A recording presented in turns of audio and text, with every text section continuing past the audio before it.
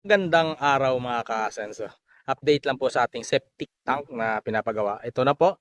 Ready na po itong buhusan bukas. Nasa 16 days na po nila itong ginawa. Bali, 4 na araw dyan yung half day. Half day din sila ngayon dahil para bukas, isang araw yung pagbubuhos. Ayan po. Ayan na yung ready na yung mga buhangin natin. Ito yung manhole na ginawa. Dalawa. Dahil merong division ang ating septic tank. Dito sa kabila, yung tubig na manggagaling dito. Dito naman ay ang dumi ng ating mga alagang baboy. Diyan siya gagaling sa tubo na yan. Inukaya na rin.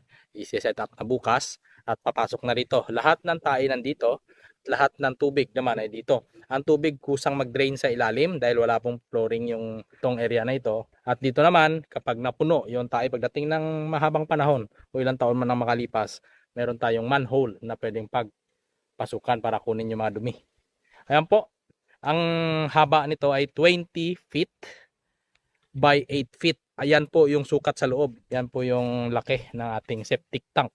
Kaya kahit ilang taon po natin itong gamitin na hindi natin ito mapupuno. Maganda na po ito, isang paggawaan na para hindi na po tayo maya-maya nagpapagawa ng septic tank. At pagkatapos nito, papagawa tayo ng tangke ng tubig niya sa taas na ganito din kalaki, 8 feet kwadrado by 4 feet naman yung taas, yung isang plywood, yung ganyan. Dahil kulang na po yung tubig natin sa dami nating alaga. Ngayon po ay meron na tayong 40 na baboy rito. So kulang na po yung dalawang tangke na yan na malaki. So kulang na po yan.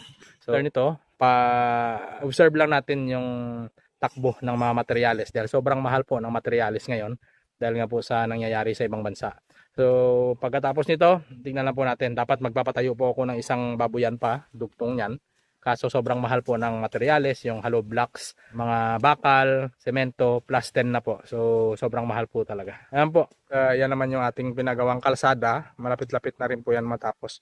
Makakadaan na po yung motor dyan, papasok rito para sa paghakot po ng feeds natin. Ayan po, may kalsada na tayo dyan.